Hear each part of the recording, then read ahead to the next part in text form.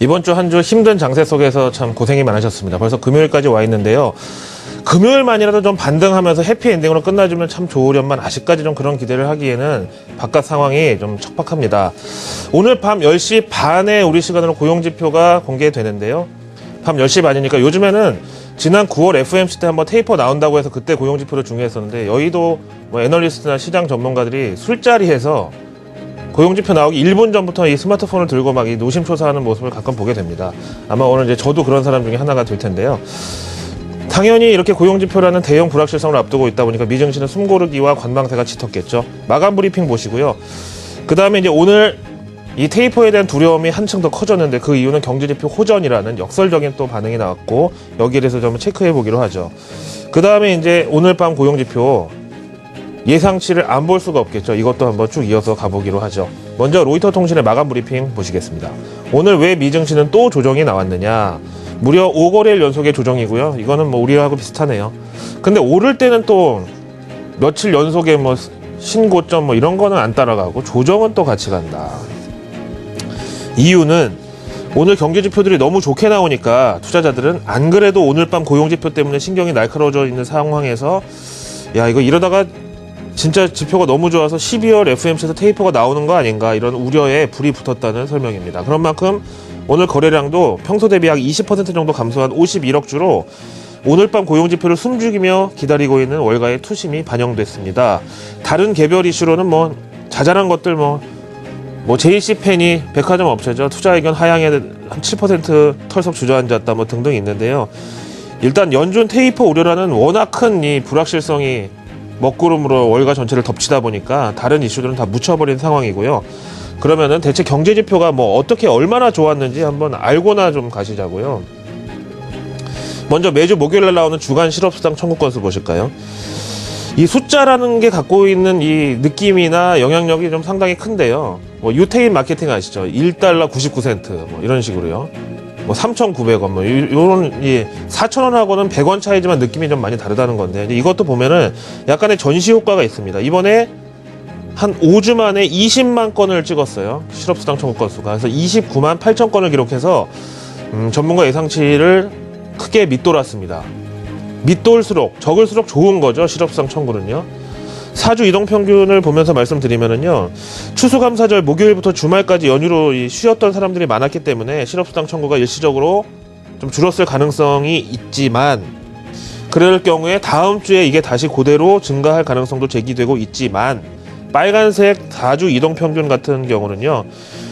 이제 누가 봐도 셧다운 여파로 이만큼 급등했던 급등분이 다시 급락을 하면서 어떻게 보면 다시 이제 좀 하락 추세에 복귀를 하려는 좀 움직임이다. 이렇게 볼 수가 있겠죠. 요거는 매주 나오는 거니까 아무리 앞에 이자가 붙었다고 하지만 요것만 가지고는 좀 부족하죠. 오늘 사실 핵심은 이거였습니다. 미국의 3분기 GDP 두 번째 수정치 결과가 나왔는데요. 3분기 GDP가 지난번에 2.8인가 이제 나왔어서 이번에는 이제 상향된다는 건 누구나 다 예상하고 있었는데요. 실제 결과가 보니까 3.6%가 나왔습니다. 미국이라는 인구 3억 5천만 명의 이런 국가 GDP를 계산하는 데 있어서 0.8% 저렇게 상향 수정된 거는 생각보다 큰 거죠. 말씀드린 대로 이번에 누구나 다 늘어날 거라고 생각을 했기 때문에 3.1 정도까지 올라갔을 것이라고 했는데 그걸 또 2배 정도 뛰어넘은 3.6%가 실제로 나왔다는 거예요.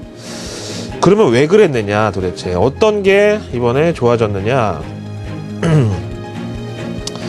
너무 복잡해가지고 그냥 항목만 딱 찍어서 말씀드리면은요 바로 이제 이 민간 재고 있죠. 비농업하고 농업하고 같이 집계를 하는데요. 이 민간 재고가 이번에 이제 큰 폭으로 늘어났다는 거예요. 왜냐면은 이게 3분기 그러니까 7, 8, 9 3개월 동안의 이 결과다 보니까 연말 쇼핑 시즌을 앞두고 3분기 말 그러니까 9월부터 미리 재고를 급격하게 늘려놨다. 이제 이게 이번 GDP 성장률의 상당 부분을 차지했고요. 이제 비율 보니까 59.9%가 이번에 증가한 것으로 나와서 지난 2분기 대비해서 한 3배는 더 늘어났다. 증가율 기준으로요. 이제 이렇게 봐야 되겠죠. 자, 두 건을 이렇게 보셨지만 요즘 경제지표는 항상 역설적으로 경제지표가 좋으면 시장의 악재, 경제지표가 나쁘면 연준 양적 완화를 지속한다고 해서 시장의 호재 뭐 이런 거 말씀드린다는 것 자체가 뭐 좀 귀찮을 정도로까지 이렇게 들리는데요. 자, GDP 3.6% 나왔잖아요. 연준 전망치 보시면은요. 올해 2013년, 이건 물론 연간을 이제 평균으로 낸 거지만은 2.0에서 2.3 정도 예상을 하고 있는데, 4분기도 만약에 3% 넘게 나온다 그러면은 이거를 상향할 가능성이 상당히 커졌고요. 뭐 참고로 말씀드리면은 이제 오늘 밤 10시 반에 고용보고서 나오는데 실업률 올해 목표치는 이것도 이제 평균인데 7.1에서 7.3입니다. 그런 점에서 실업수당하고 GDP 둘 다 연준의 생각보다 연준이 예상하고 있었던 것보다 실제 경제가 강화되는 이 폭이 크다, 강도가 좋다라는 거는 어떻게 해석을 할까요? 바로 블룸버그로 갈게요. 경제지표가 잘 나오니까 QE 역할론, 그러니까 이제 양적 완화가 필요하긴 한데 당연히요, 아직까지는요. 근데 강도를 좀 줄여도 되지 않느냐. 경제지표는 계속 좋아지는데 강도는 그대로 유지하면 이게 오히려 연준 대차대조표에 부담이 되면서 인플레이션이 튀어오르는 부작용이 또 있을 수 있지 않느냐. 그래서 역할론에 대한 의문을 불렀다. 좀 줄여야 된다는. CNBC에서는 크리스마스의 악몽이라는 그 영화도 있고 뭐 이 소설도 있는데요. 요걸 떠오르게 한다. 사실 12월 연준 통화정책회의가 이제 다다음 주 화수 이틀간에 걸쳐서 예정돼 있는데 우리나라 금통위도 마찬가지지만은요.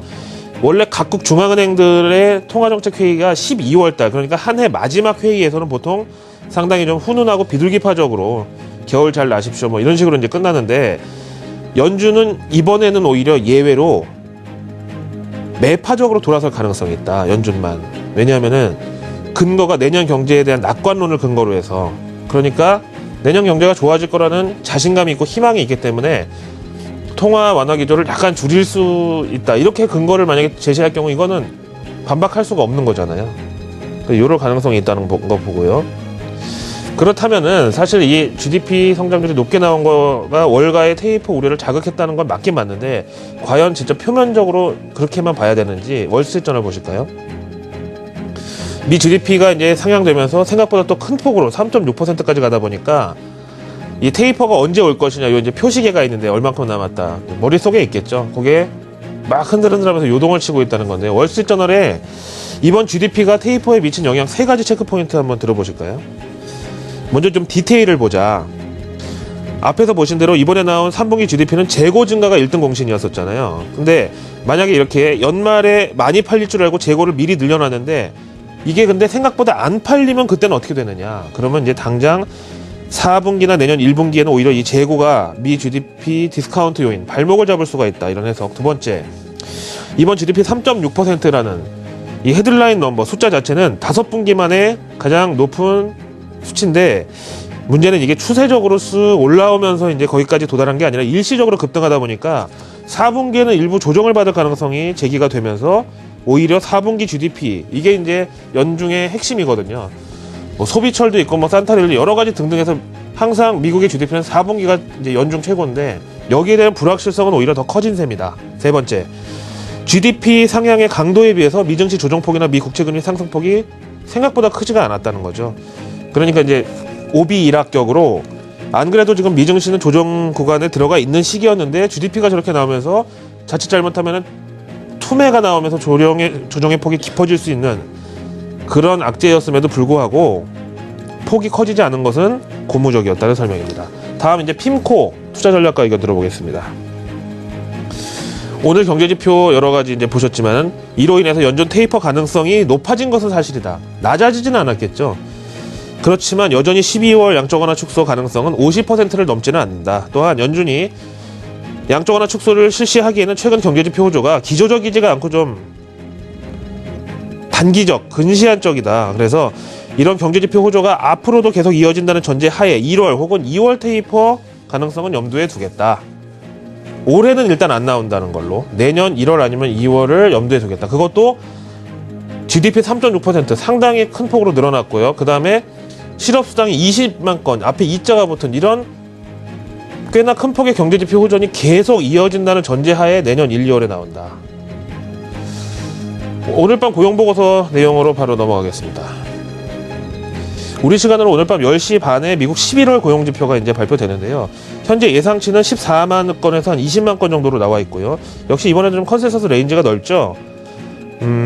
예상폭이 이 정도고 중간값이 18만 건 정도 예상하고 있고, 다음에 실업률은 7.0에서 7.3, 컨센서스는 7.2로 내다보고 있습니다. 만약에 7.0이 나온다면은 가장 뚜렷한 악재라고 봐야 되겠어요. 예상치 수치 보실까요? 그럼 이제 여기에 대해서 뭐 월가 컨센서스는 저런 지금 상황이고요. 고용보고서 미리 보기 뭐 이런 게 지금 막 나오고 있거든요. 근데 링크업이라고 혹시 들어보셨는지 모르겠네요. 링크드인하고 다른 건데요. 여기 이 리포트를 보니까 제목이 사실 기분이 좋습니다. 마이너스를 보고 기분 좋은 거는 뭐 제가 정상이 아니라고 하실지 몰라도 지금 테이퍼 때문에 너무 노이로제가 걸린 국내 증시 생각하면은 이런 반응이 나올 수밖에 없는 게 당연하죠. 오히려 앞에서 보신 18만 건 뭐 이게 아니라 마이너스가 나올 가능성이 있다는 거예요. 근데 이 링크업이라는 게 이제 뭐냐면은요. 요즘은 채용 공고를 기업들이 뭐 저희 한국경제TV도 그렇고 아니면 뭐 대기업들 같은 경우 신문에다가 올리기도 하지만 어쨌든 기본적으로는 자사 홈페이지에다가 인터넷에 기본으로 올리고 그 다음에 이제 신문 가고 그런 건데요. 이 사이트가 뭐냐면은 제가 만약에 애널리스트 잡을 찾는다. 어디? 뉴욕주에서. 그러면 이제 이 회사 홈페이지에 붙어 있는 뭐 시티그룹 있고요. 뭐 HSBC 등등 해가지고 애널리스트 포지션 이게 다 뜨는 거거든요. 그러니까 현실성 면에서는 표본조사를 이제 전화나 설문조사를 하는 미 노동통계청보다 좀 한 수 위일 수가 있죠. 아무튼 다시 리포트로 오셔가지고 이 링크업의 보고서에 따르면은 여기서 집계했던 채용 공고 증가율이 9, 10, 11, 3개월 연속으로 5% 넘게 줄어들었다는 거예요. 그런데 어떻게 10월 경제지표가 고용지표가 저렇게 좋았었느냐 이게 이상하다는 거고요. 그럼 이제 여기서 10월 고용지표를 잠깐 보겠는데요. 보시다시피 그때 당시에 컨센서스 그러니까 예상 범위가 마이너스 30만 건에서 플러스 16만 8천 건으로 제가 진짜 태어나서 봤던 레인지 중에 제일 넓었어요. 그런데 실제 결과는 어땠죠? 20만 건이 넘게 플러스가 나와서 예상치 상단을 뚫고 올라가 버렸거든요. 이게 누가 봐도 이제 좀 이상하다. 10월 이 셧다운 때문에 고용지표가 급감했을 가능성도 있었지만 통계가 좀 오류가 나서 너무 많이 나왔을 가능성도 있다 이거죠. 그래서 다시 이제 링크업에 돌아와서 보시면은요. 자료로 봤을 때 뭔가 이상했다. 왜냐하면 11월 당시 각 주별 채용 공고를 보니까 늘어난 곳이 23곳, 줄어든 곳이 25곳, 불변이 2곳. 이래서 결국은 채용 공고가 더 적었다. 11월 달에. 그래서 결과가 뭐냐면은 11월에 20만 4천 건 이제 고용 증가는 셧다운으로 인한 통계 오류였기 때문에 이제 고용 지표도 그렇고 GDP도 그렇지만 항상 이제 다음 달에 수정이 되잖아요. 이번 달에 한 3분의 1 수준인 6만 5천 건으로 10월 비농업 고용이 다운되는 걸로 이번에 수정되고 그 다음에 앞에서 보신 여러 자료와 이 링크업의 집계 결과에 따라서 11월 결과는 마이너스 2만 5천 건 12월에는 현재로 봐서는 마이너스 5만 건이 나올 것이라는 예상입니다. 링크업이 뭐 지난번에 한번 왕창 틀려가지고 오기를 부린다고 생각하기에는 이 전화나 설문을 통해서 고용보고서 만드는 미 고용통계청에 비해서 데이터의 정확도가 훨씬 높다고 보여지네요. 하여튼 너무 소수의 의견을 끌어다가 보여주는 게 아니냐 말씀하실지 몰라도 하도 지금 상황이 이러니까 오늘 밤 고용지표는 무조건 나쁘면 나쁠수록 좋다고 저는 생각을 하고 있습니다. 이해를 해주시기 바랍니다. 미 국채금리 오늘도 체크해 보겠습니다. 의욕적으로 하다가도 마지막에 이걸 보면 참 기운이 빠지는데요. 뭐 그동안의 역동조화에 대해서는 뭐 눈으로 보셨고 제가 말씀드려서 귀로도 뭐 계속 들어보셨고 이때 2.8 갔다가 코스피 조정 시작됐다가 반락이 나오면서 반등을 하다가 다시 2.8 넘어가면서 코스피 급격하게 조정이 지금 들어오고 있는 상태고요. 이 정도면 역동조화의 트렌드에 대해서 말씀드릴 필요가 없다고 보고요. 1.32% 추가로 상승하면서 2.87을 갔습니다. 근데 오늘 밤 고용지표를 보고서 결과가 설사 실업률이 진짜 떨어지고 결과가 좋게 나오더라도 이제 국채의 경우는 소문에 팔았다가 뉴스에 사는 그런 투심이 만약에 나온다면은 사실상 오늘이 단기 고점일 수도 있을 텐데요. 일단 오늘도 역시 저렇게 심지어 고용이 마이너스가 나올 수 있다는 거 뭐 등등 해가지고 다 합치면 결국 또 한 번의 결론은 네 글자로 불확실성. 이거 말고는 제가 더 이상 추격을 못하겠어요. 마지막으로 MSCI 한국지수 보셔도요. 일단 62선 중반대 정도면은 코스피 지수에 대한 외국인들의 투심은 1950에서 70 사이. 그러니까 그거를 하회하기 전에 우리가 저가 매수 메리트를 느끼고 순매수에 들어가진 않을 것이다. 오히려 1950에서 70보다 높은 지수에서는 우리는 순매도 행진을 계속하면서 오늘 밤 고용지표에 대해서 할리데이 리스크, 그러니까 이제 이번 주 주간 다 마감하고 나서 어떤 큰 이슈가 있을 때 이거에 대비하는 거는 가장 좋은 게 현금화보다 이런 식의 투심이 오늘도 이어질 가능성이 있다고 말씀드립니다. 금요일 아침 글로벌 마켓나우의 김희욱이었습니다.